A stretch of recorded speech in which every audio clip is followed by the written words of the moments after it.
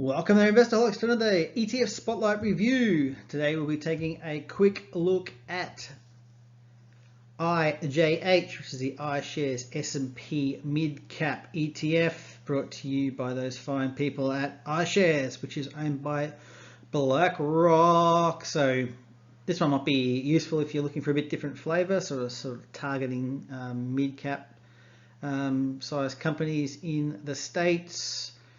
So, seeking capital growth with a very high risk return profile. So this product is unlikely to be appropriate for customers with a short investment time frame or as a whole portfolio solution. So you want to be using this one as probably a satellite. So stick around if you're looking for something a little bit different that might be of interest to add to your portfolio. Hey there, Investorholics, this is Scott. KrackTheSky Value Investing will be giving you up-to-date investing news and content so that you can navigate the markets wherever you are. My mission here at KrackTheSky is to give you the knowledge and the confidence to take control of your personal finances, expand your investment horizons, and crack your financial sky. So don't be afraid to give me a thumbs up.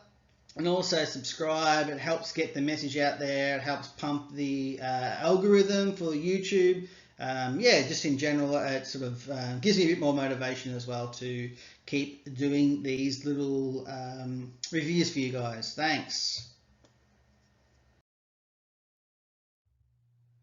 Okay, so investment objective, the fund aims to provide investors with the performance of the S&P Mid-Cap 400 before the fees and expenses, all the rest of that rubbish, designed to measure the performance of the mid-cap US equities.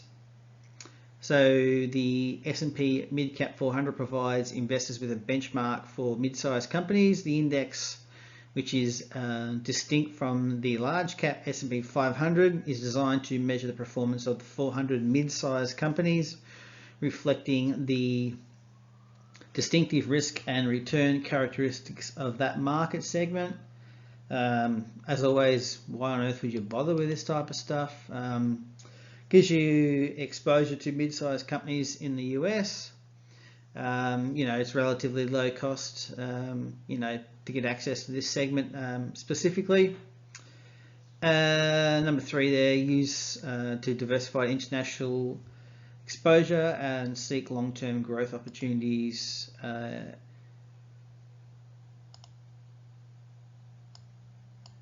So long-term growth opportunities in your portfolio.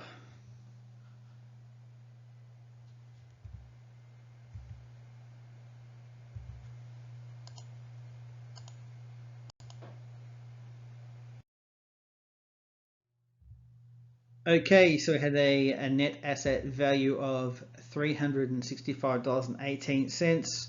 It's trading just above that, I should say, at $366. Market cap of $215 million, or just about that. We had a management cost here of 0.07%, which is pretty reasonable. You're not going to break the bank. You'll get paid your dividend in June, April, July, and October, and your dividend yield is about 1%, depending on the share price at the day. So, investing in this segment of the market will provide exposure to dynamic companies that are capturing market share and growing rapidly. Within the mid-cap sector, there is potential opportunities that others have missed in most of the market, and they focus. The rest of the analysts in the market focus on the big companies.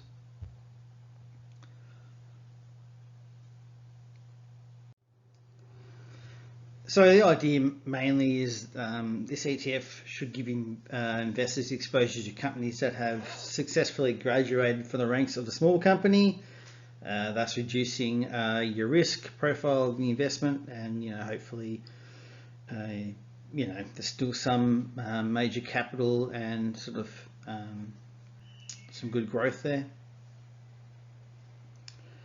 Also have a look at IRJ, VISM, and QSML.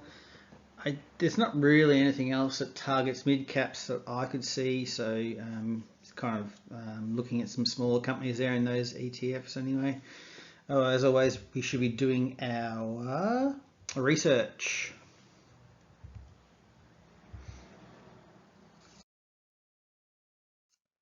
Okay. So since inception, if you'd invested your 10 grand, your 10 grand would have turned into about $60,000 up until the 14th of October.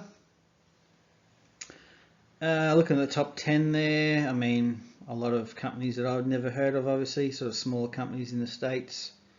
You know, that's what you're paying for in this ETF. So your 1 year return, you're looking at 42%, 3 year return, 10%, 5 year about 14%, and over your 10-year period, 18% or just under 18%, and since inception, you're looking at 8.69%.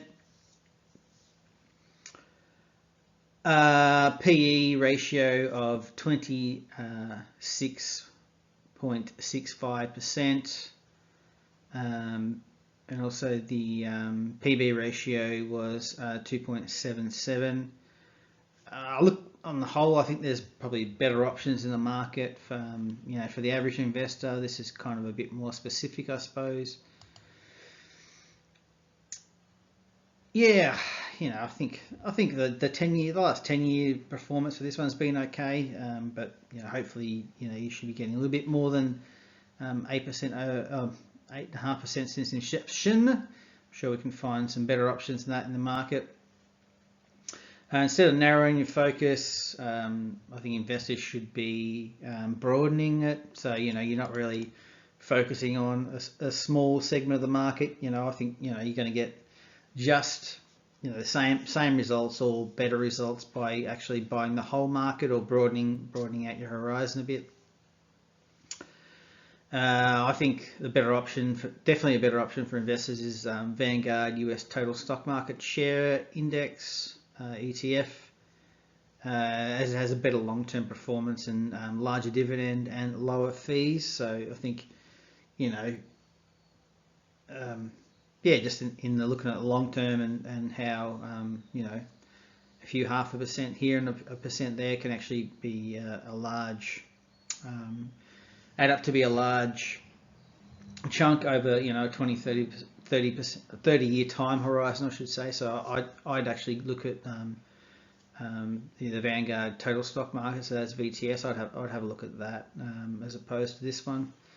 Yeah, anyway, hopefully that was informative and adds some value for you guys. Ciao.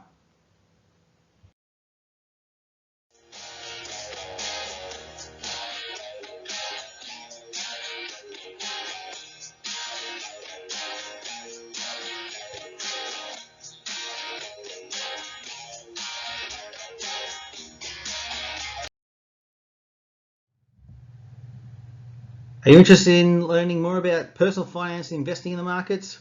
If you are, then smash the like here on the left hand side and caress the subscribe button on the right hand side. As KrackTheSky Value Investing will be giving you up-to-date investing news and content so you can navigate the markets wherever you are. Expand your investment horizon and crack your financial sky. Thanks guys. See you later.